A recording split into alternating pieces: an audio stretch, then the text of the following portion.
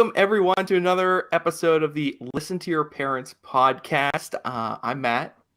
I'm Jen. We are here in Pittsburgh, Pennsylvania, and we're going to go around the horn real quick. We're going to get into some interesting stuff tonight. We have a very special guest. We're going to get to him in a second. But first, Jen, how are you doing? Groundhog Day. Yeah, Groundhog Day. Groundhog Day. Oh, elaborate at all? I wake up. It's the same thing every day. I go back to sleep. I wake up. It's the same thing every day. I've reached a new level of boredom. Yeah. I can now paint my fingernails anytime. All right, let's introduce the disembodied voices really quickly. First of all, since this podcast is primarily nepotism, we have my cousin Chris and his wife Alanna joining us from Buffalo, New York. Hey guys. Hello. Hey, for the record, we are Bills fans. Right. And strangely enough, joining us from Elizabeth, PA, not far outside of Pittsburgh, also Bills fans, our pals Dave and Tina. Yay. That's us. How's it going? Also Bills fans, like Matt said, representing in the background. That's right. And Jen's a Bills fan too. I am. So that's like a lot of that's Bills a strong Bills fan ratio on this podcast tonight. Bandwagon that never emptied. That's right. All right. Let's bring in our special guest this week. You may recognize him from the Fishing Without Bait podcast, also found here on the Sorgatron Media family of podcasts. Jim Ellermeyer is with us. Hey, Jim. Good evening, sport fans.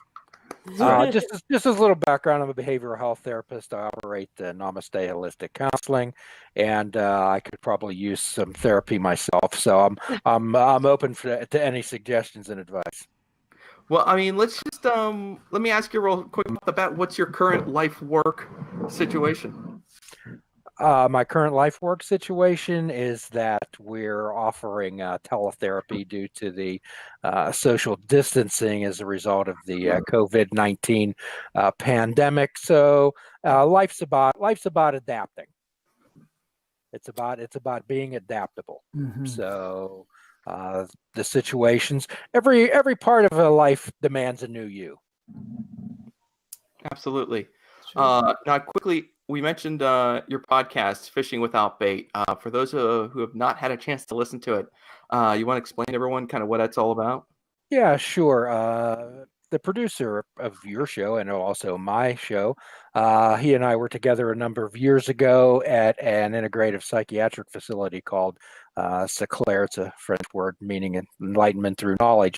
And there we did video podcasts with physician assistant students that we mentored, and we had a lot of fun doing it.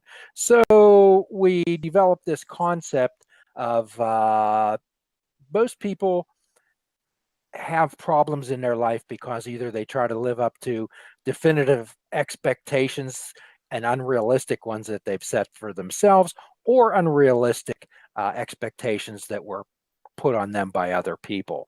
And what we try to do is help people to walk through life without definitive expectations and mindfully live their life. And we developed a concept called full impact mindfulness to explode into your life rather than walk through your life with blinders on.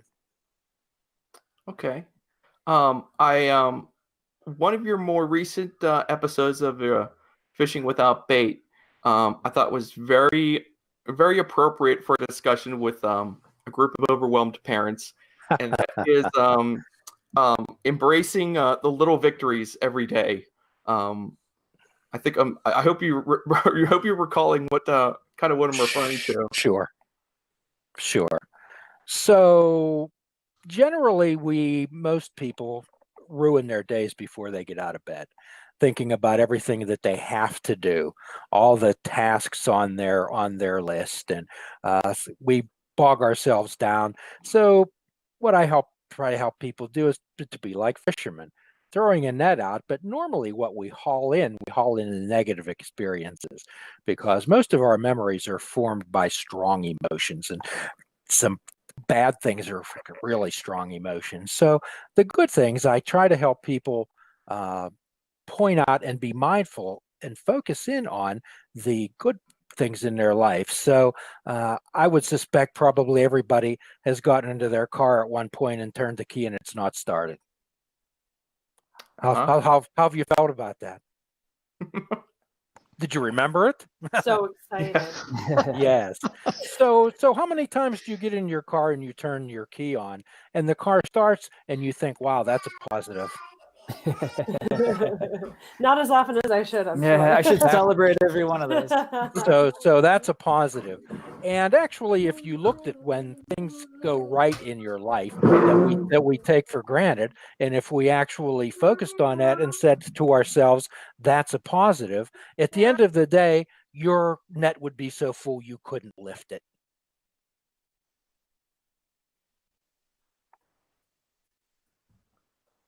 Sorry about the drive by no, my mind. No, not a concern. Glad to have him.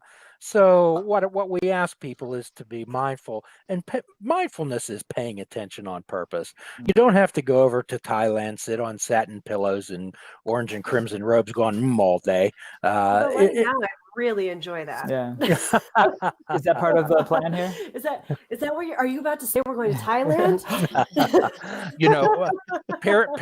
Parents are allowed to be frustrated. Parents are allowed to be upset. There's a template out there, particularly for mothers, and mothers come to me sometimes and they say, "Can I tell you something, Jim?" And I say, "Sure." You know what? Sometimes for an hour, I don't want to be a mom, but they're afraid to say that because they think if they say that, they'll be branded a bad mama and go to mama prison. Okay. But there is no mama prison. Okay. Here's what I'm talking again about, these definitive expectations. You have to love your children all the time. Well, what I suggest to people, so everyone out there maybe has flown on a plane. And when the flight attendant comes out and gives the oxygen mask instructions, who do they tell you to put it on first? Yourself. Right, the kids. Yes. Yourself. Oh, Yes, yourself. Yeah, yourself. So Matt. So sorry. what I tell people is what's good for you is good for everyone. What's good for you is good for everyone. A rising tide raises all ships. Okay. Mm-hmm. So your children want you to be happy. They want to see mom happy. They want to see dad happy. They do. And sometimes we feel that we're everybody's entertainment directors. This isn't, you're not running a cruise ship. That's it. Yeah. You're not running a cruise ship. And what I impress upon everybody, everyone's 100% responsible for their health and wellness. Absolutely. 100%. Yeah, You're important. You're important. You're important. You can't give to others until you've given yourself fulfillment. You can't give anything if there's nothing left to give. I agree. Well, I'm from the 12-step recovery world, and it's stay clean and sober and carry the message. And you can't carry a message if you don't have one. Yeah. So just specifically with the last few weeks, Jim, have you has there been any kind of like consistent thing you've been hearing from people, and kind of in general things that you feel like people are forgetting to focus on while we're stuck in our homes here? Well, forgetting to focus on the positives. And one of the things I deal with is time. Time, of all the substances on earth that's abused, time is the one we abuse the most. So what I suggest to people is, well, how many times have you said, well, gee, if I only had time, I'd get this done. When I get time, I'm going to do this. Well, now you do have time. Now you do. So the two most powerful words that are in the English language, I believe, are the two most powerful words we can have is I choose. Most of the time, we live our lives on I have to, I need to, I'd better, I must. Those are self-defeating words, and they don't give you a choice. And I'm sure you say them to yourself, you say them to your children too. Johnny, you have to clean your room. Johnny, you should do better in school. All these type of things. So if we understand and are willing to accept the consequences of our actions, everything in your life's a choice. If you say, oh, I have to go to work, oh, I need to exercise, oh, I have to pay the rent, well, that's going to stink. Okay. So if you would say to yourself, I choose to go to work as I want to pay the rent. I choose to pay the electric bill as I love Netflix. I choose to go to Aunt Mary's on Thanksgiving because my mother wants me to go and I love my mom. So when everything becomes a choice, I suggest to people that then they'll be free. Absolutely free. But when you walk through life with the have tos, need tos, and musts, you're sitting in your prison cell actually when the doors open. And what have I been hearing? I've been hearing about boredom. I've been hearing about things that they can't do. And so many people talk about, gee, I can't go to the movies. I can't visit my friends. I can't go out to the bars. I can't go to concerts. I can't do this. But then I turn it around and I say to them, well, tell me some things that you can do. Okay. So generally when I then I'll get your comments on this. Generally when I speak at rehabs, I have them do an exercise and I'll have 4 or 5 folks get up in front of me and I'll ask them to pretend that I'm a smiling horse. Okay. And I get a lot of comments on that. So they say, okay, so you're a smiling horse. And then I'll have them walk around behind me and I'll bend over. And I get some really colorful comments then, but I'll say, okay, what do you see? Well, you see the butt end of the horse. But then I ask them the question. I say, did the horse move? Did the horse move? No, they didn't. The horse didn't move. You moved. The horse has a front end and a back end. And unfortunately, most of the time we go through our lives and we try to manipulate people, places, and things to be like we want them to be. Okay. The horse doesn't move. This pandemic, the COVID-19, it doesn't change, but we can change our perspective. We can reverse the lenses in our glasses. Absolutely. It's all about perspective. Cool. And on a positive note, I feel like people have really been connecting in a completely different way than they had been. So, I mean, we all are kind of in the same boat because nobody can go anywhere. So now we're like, let's talk. Well, so say more about that. 90% of communication is listening, is active listening. And isn't it wonderful to be listened to? If you walk through an assisted living home or some older people, one of the things that they just are desperate for is someone to talk to, someone to actually listen to them. Because most of the time in conversations, we're thinking about things that we're going to say back rather than listening to what the other person says. Does anyone know what the sweetest sound that a person can hear is? Silence. It's the sound of their own name. It's the sound of their own name. So when you're I've speaking, got a 15, 16 month year old here, or 6, and she's crazy. okay, So good. sometimes when she takes a nap and Chase isn't telling me what his most recent Fortnite adventure was, it's quiet. And it feels good. Yes, yeah, those quiet moments are excellent. We did a podcast once called "The Deafening Roar of Silence." I find that the kids have been more relentless lately about just demanding attention and time from us. Yeah. Even though we're around 24/7, and it gets exhausting, and you kind of have to, like you were kind of alluding to a few minutes ago, kind of like taking care of yourself and recognizing that, you know what, I think I need to just kind of like chill for a minute alone. And hopefully your kids understand that, depending on how old they are. And well, it's good to take a time off. It. For your little older children, what I always suggest is to differentiate the person from the behavior. Okay. So it's like saying, I remember dealing with some people. I don't deal with children, but of course I talk to them.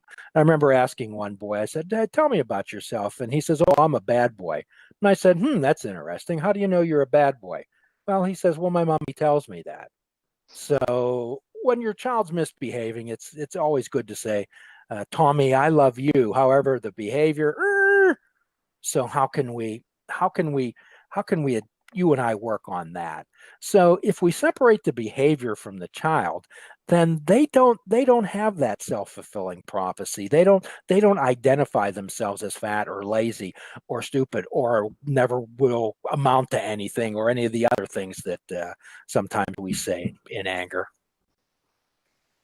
Yeah, Alanna here is, educated in being a teacher, and she did a lot of preschool stuff. And the one thing that she taught me as a young parent a while back was not bad people, but you can talk about making bad choices. Right, you're making some bad choices right now, and so right along the lines of making that behavior is if someone's being to someone in school, they're not a bad person; they're just making some bad choices. Right. And we can help people understand that there's usually three types of minds. Okay. There's an emotional mind, which is reactive and self-gratifying. It's like a little one at the grocery store counter that grabs the candy bar or a shiny thing. Well, that's an emotional mind. Okay. However, we need emotions. They color our world. They're our internal barometer. It shows how you feel and it shows how I feel. And we certainly need those, but acting on emotion certainly can lead us in a wrong direction. And then there's a logical mind. That's like a Mr. Spock mind, a black and white thinking checkbook mind. We need that too. However, an example that I give of a logical mind is, let's say we all decide to feed the starving children. Well, that's a wonderful choice. However, without adding any emotion into it, we spend the next 6 months trying to decide whether to feed the boys first or the girls first. So what we do is we try to develop a wise mind. A wise mind learns how to respond rather than react. A wise mind learns how to look at a situation rather than from it. Okay. So when we're inside of a situation, we don't have a subjective view of it. In the 12-step world, we call it, you can't read the label when you're inside the bottle. However, that works for anxiety, that works for depression, that works for relationships. How many of you have seen a friend that was in a relationship and you're thinking to yourself, good God, this is awful. Can he see what's going on, or can't she see what's going on? But if you mention that to your friend, they'll tell you to back off and they'll tell you to get out of their business. But maybe later they might come to you and say, why didn't you tell me? So what sounds like that can apply to parenting too. Yes, it can. So what we try to do is look at things without preconceived any preconception or prejudice to a situation. Sometimes that's called contempt prior to investigation. Okay. And sometimes I'll ask people, I'll say, okay, well, what do you know for sure? Let's check the facts. What do you know for sure? Most of the time we give things on surmises. Most conflicts, misunderstandings, and conflicts occur because we're assuming that the other person knows how we think, knows how we feel, and knows what our needs are. Well, you should have known I didn't want to go there. You should have known that I don't like that.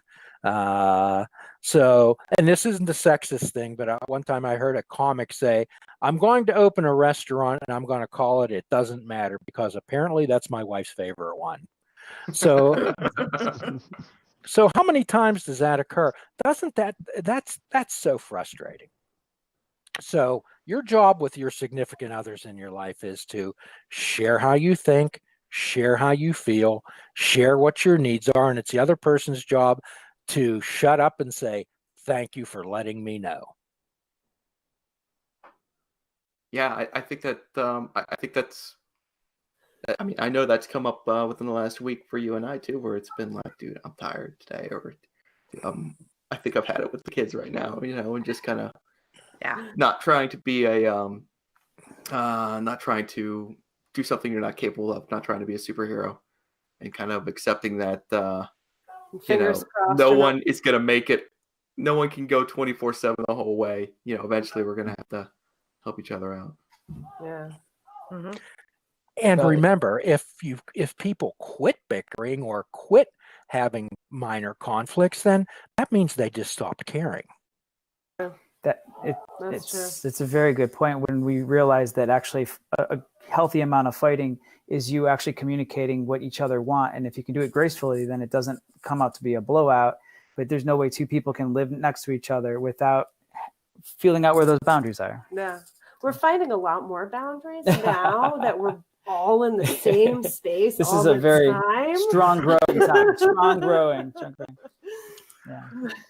Well, what I suggest to people, and I'm not running the friendship club, so if I intentionally frustrate people. So what I tell them is, being a mama, being a daddy, being a brother, being a sister, being a son, being a daughter, being a friend, being an employee doesn't define who you are.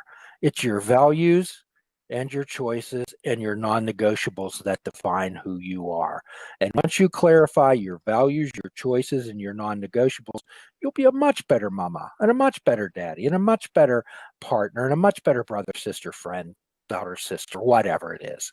So, and again, this is you're important. You're important. You're important. Well, I mean, hey, I do feel pretty important right now, considering that it feels like I'm, husband, father, teacher, Yeah. groundskeeper, whatever. Well, these I am statements are very important. I am. Those validating statements. Thanks. Does anyone, Dave or Tina or Chris or Alanna, any specific questions for Jim here?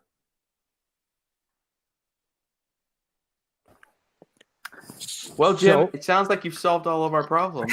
Yeah, well, everything's done. That's everybody's recovered. That's well. But one of the most important things is to be able to validate people. Most people, if you go up and says, "Oh boy, I had a terrible day at the office," well, you should have heard about you. Well, you think you had a bad day? So mainly, we use non-validating statements. We try to make it about ourselves. Okay, we try to play, "Can you top this?" Or we say things like, "Oh, you're so dramatic. Oh, you always get yourself in these situations. Oh, you're crazy. You're that." Somebody comes to you and tries to actually express how they feel, and you're invalidating them. So remember, validating doesn't mean that you agree with them. It's like somebody's very angry, your son's angry, your daughter's angry, they're causing a fuss, whatever, rather than saying, "What's wrong with you?" How many times do we say that? We say to them, "It looks like you're really frustrated, Mary. It looks like you're angry, Tom." And that gives them an opportunity to say, "Yes, I am, and here's the reason why." Too many times we say, "What's wrong?" How many times do you go into a doctor's office and they don't ask you what's right, they ask you what's wrong. Mm-hmm. So how many times do you go to your child or your partner and say, "Here's a couple of things right about you. I just noticed a couple of things right about you." Maybe you can be playful. You don't have ears as big as Dumbo the elephant's. But I'm more interested in what's right about people than what's the other way. No. Much. Be a better world. But it's important to remember that about our kids, especially. I feel like we're always like correcting, or always trying to be on their case, because they're us, like they're adults. And your kids are so much older than other people's kids of the exact same age. Your expectations are so much higher of your own kids than somebody else's kid who is the exact same age as your kid. Chris went to a preschool class once, and there was a kid scribbling on the desk, coloring all over the table, and he's like, "Oh no, honey, no, we don't color on the table." Where meanwhile, if it was my own kid, I'd be like, "What are you doing?" And I realized, okay, there might be a disparity here. It's definitely true. Teaching, the kids at home is just if there's a lot of pressure to trying to educate your kids when I'm not a teacher, but I have to figure out some way to sit and process what he's being told to learn. And what's that? Speaking as a teacher teacher, it doesn't make it any easier. Okay. Teaching your own children in your own home is a completely different animal. Yeah. They behave different. There's a lot of distractions at home. Yeah. And they're not prepared to learn at home. Like, that's not the environment they're accustomed to. This is their being decompressing in. space. Yeah. Versus like the pack mentality. When you go to school and you just see everybody else around you sitting and listening to a teacher, you're not going to go up to them, whine and say, "I want some Cheez-Its. When's Little Mermaid going to be on?" Yeah, and I like we've kind of gone back and forth trying to figure out, like, does this work better trying to do both boys at once or doing one boy at a time? You know, we've tried to like seal off the dining room in a way and kind of made it like the zone for the schoolwork. And you know what? It's it was going okay for a little bit. It's not so much in the last day or so, but Well, for us, it's supposed to be spring break this week, so I'm like, you know what? I don't wanna. I'm sorry. I don't want to teach my kids. We're supposed to be on vacation. Like, this is the week off. And then Cole was like, no. You'll teach them through the break too. Our governor has decided that. But I think kind of going back to the topic here is a little bit about, is every child or is every person different that you should find, if you're in these situations of teaching them by themselves, there should be like a different plan for each personality. Try to somehow fit to what they have. Well, that's with Noah. He does better in the afternoon. Yeah, that's one thing we found out very quickly, that our oldest his zone is somewhere like right after lunch to like 2 p.m. And if he can strike then, I don't know if it's the full belly or what, but for some reason he's ready to go. Madeline's the opposite. If she doesn't get a start in the morning, the whole day is gone. Like, she just cannot get her back. Chase seems to be right there at 8 o'clock in the morning, game time, 9 o'clock when school generally starts. That's when he has to do his work. So he'll get through his work super fast. There's, sometimes we get some hiccups. He's getting used to it. But, if that work goes past his 12 o'clock call, he starts getting antsy. He's like, I want video game time. I want to do stuff on my own. I want to play. I want to watch TV, whatever. What grade is Jason? He's in second, and he's doing really, really well. The other day, he was on a conference call with his teacher and his other classmates, and I'm up working in the room upstairs. I heard him downstairs answering the questions, and his teacher is going, "Good job, Chase." And I went, "Woo!" And I did it like 4 times in a row. And I could hear his teacher go, "Well, I guess someone's happy about that." Well, there have been hundreds of books written on time management. Very few written on energy management. And that's what you're talking about here. Okay, everybody. When do they have the most energy? Your son is from 12 to 2. So then you do the things. Then we want to do energy management. I generally ask people, I say, how long can you focus? How long can you, before your eyes start to glaze over and you're looking at the moon? Usually for a lot of people, it's half an hour or 45 minutes. So what I used to do was ask people to time what is on their phone. However, much to the producer of this program chagrin, I try to disconnect people from a lot of electronic media. So what I switched to was hourglasses, and I find that and I use it myself because I'll drift off into outer space also. But I use like a half-hour hourglass, and I usually put it and say, okay, we're going to work on this for half an hour. I turn the hourglass over, and I say, we're going to sit here until that last grain of sand goes through there. And I find that work.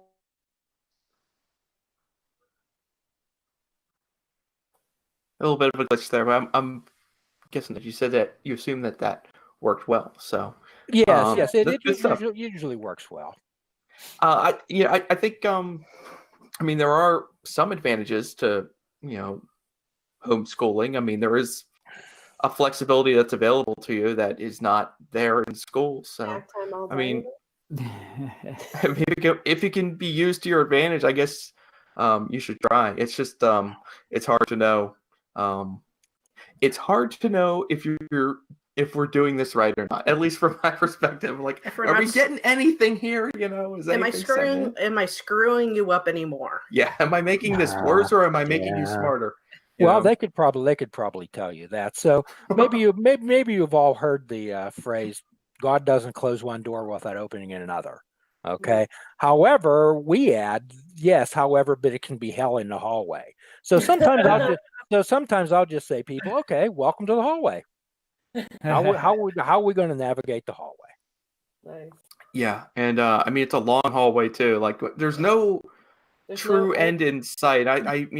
We're getting a better sense of like, different days when they want to kind of reopen businesses and do stuff like that. But in general, we don't know how long we're going to be in this situation. So like, that's another big challenge too. It's just not knowing where the finish line is. I feel like I wish I was more like our friends in Michigan, and they've already determined they're home until they have to homeschool until like the first week of June. They usually go later in June, but they're the first week of June they're done, and then they have to go back a week early in August. At least they know, like they're just done with. They're going to be homeschooling until August 31st. Like that's the plan, and I feel like jealous. Not because I want them home that length of time, but I feel like it's going to be anyway, and I just wish they'd call it. I just wish I knew, like, this is it, and we're going to be fine until next year. Yeah. So minds of uncertainty. When we have minds of uncertainty, they generally generate minds of anxiety, worry, and fear. Yeah. So what we try to help people do is to get a mind of awareness and knowledge. Okay.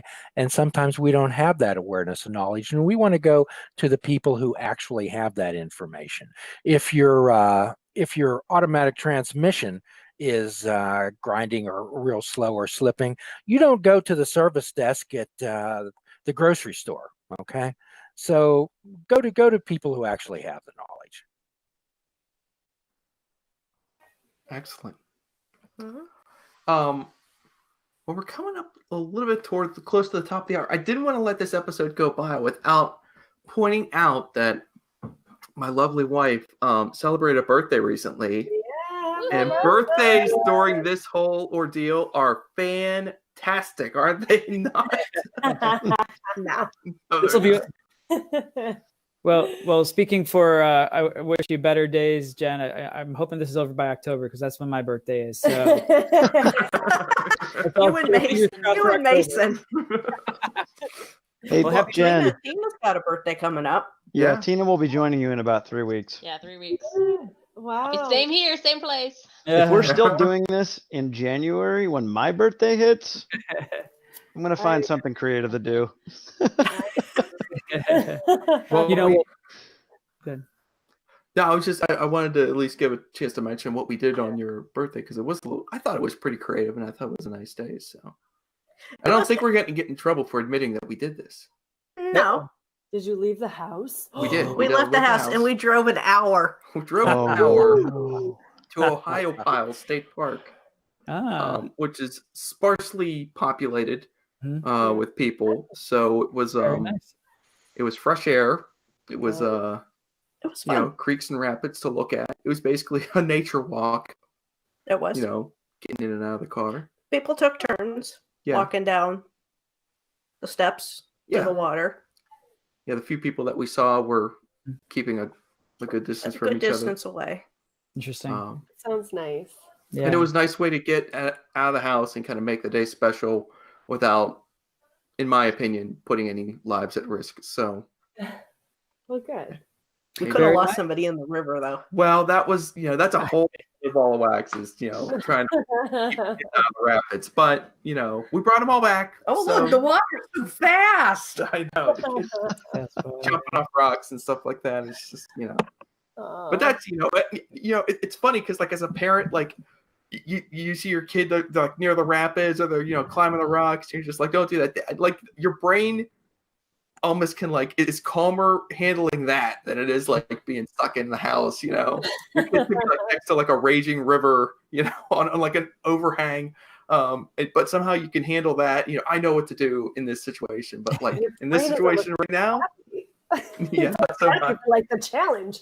Yeah, exactly. I may have to dive in this river and rescue my child. That'll be awesome. What a great dad moment that'll be. I might have to beat a You bear. go, you stare at the couch in dread, but the rapids.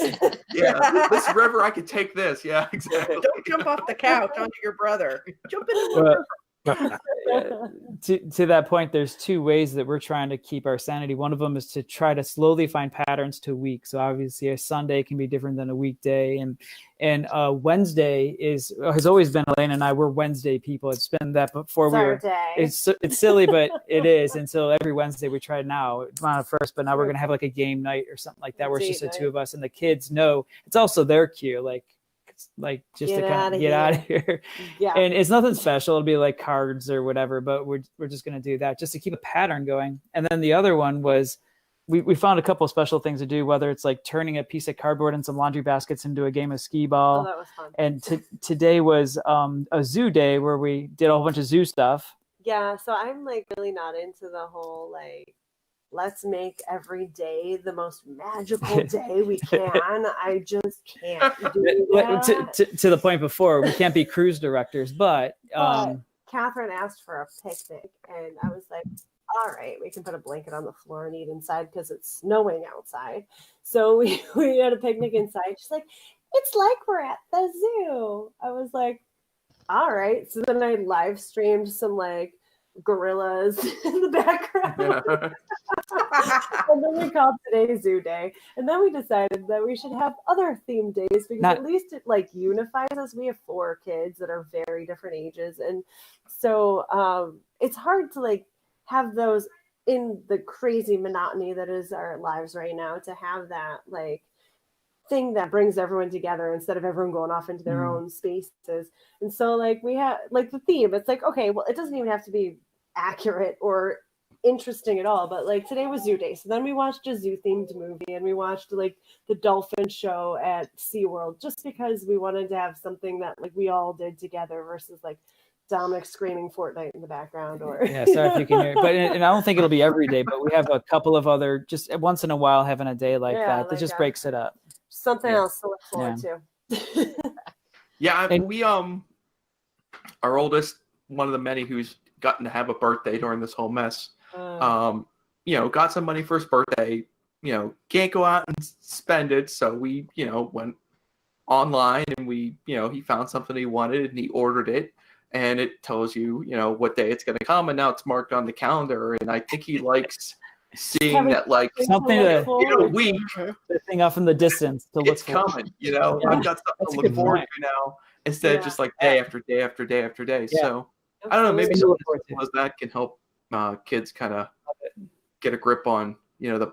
Love it. Also, a side note, you said you had to order something with birthday money. We like impulse bought this game, and it is like the most fun game. You guys are looking for something to like spice up your lives.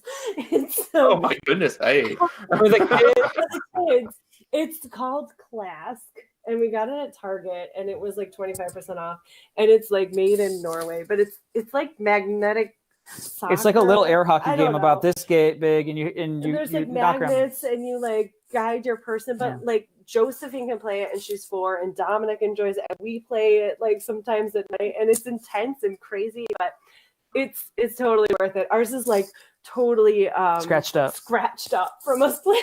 Nice. So it's a game that anybody can play. It's like a little air hockey thing with magnets. Would love it. It's super fun. Mm-hmm. Yeah. Anyway. Very cool. Very cool. That you will totally lose. I was just thinking. You just reminded me now that a couple of days ago I heard Quiplash 3 is coming out. Oh yeah. Which is a great social distancing kind of family game. It is. Mm-hmm. It is. We play it. The cousins and I, we play it all the time. I've heard a lot of. I've been seeing a lot about it. What is it? I even saw a post from you. So I didn't read it. It's an online. I figured I'd probably just ask you later if you brought it up. It's so it's actually like an online game that we've been playing for a number of years, and it's always been an online game. And you can buy it on certain platforms, like PlayStation, and you can actually get on your Fire Stick TV. But basically, your computer or your TV is your game board, and then everyone's phone is their like how they play, How they answer. questions. And there's like a variety of games on them. One of them is called Quiplash, and you have to just make silly answers. So everyone will get a couple questions, and you give silly answers or something that you think is funny or smart. And then everybody votes on whose answer they think was the best. And so it's all interactive, and it's always been online. But the cool thing is if you get it on a computer, like through Steam, you can share it through Zoom, and you can play virtually almost as easily as you could So if just you were how all in the same just how we're all space. talking here and we can see each other now, add the silly game where you're answering questions, and it makes you feel like you're all in a room together to play And a it kind game. of gives you like a purpose. Mhm. Like instead of just like, so what are we going to talk about? Now you just have a dumb game to play. So the neat and the neat thing about it is that it doesn't matter if you have a neighbor or if someone in Utah, Or England for that matter. you can all play the game. And so now the neat thing about this whole situation we're in, it doesn't matter if they're down the street or across the world, they're just as easily accessible. That's It's true. so interesting that way. Yeah. And the other thing we did for Easter was we had an Easter dinner with her side of the family and from different places, and we set up our dining room table like a TV show of Roseanne. We're all on one side of the dining room table with one wide lens Zoom camera, so we could all hang out and It was fun. have a dinner together. But the Wow. interesting thing about that is, like, we were able to celebrate with my nephew in Utah, and had there not been a leaking electrical issue, also my future nephew in England. So we had our meal at 1, so it was 11 o'clock in Utah and 6 o'clock in England, so that everyone could be there during mealtime. So just finding ways to connect to each other, even though we're not really. That's true. Yeah, If I what get was the, reincarnated, I want to come back as your kids. Wow. I mean, we are pretty boring usually. Yeah. we have very good Facebook lives. I mean, maybe Yeah. we're overvaluing ourselves right now. We literally just yelled at all the kids to be quiet so that we could have this phone call. I just remember, like, we didn't do the head count at the top of the episode. I don't even know if Jim knows. You have 4 children. We Yeah. do. So Yep, Dominic is 12. Catherine is 13. He had a birthday a few weeks ago. okay. So we have a. I've not come to the grip. In that we have a denial? teenager. I'm not a teenager, Dad. You're not a teenager, Dad. We're still young. Right.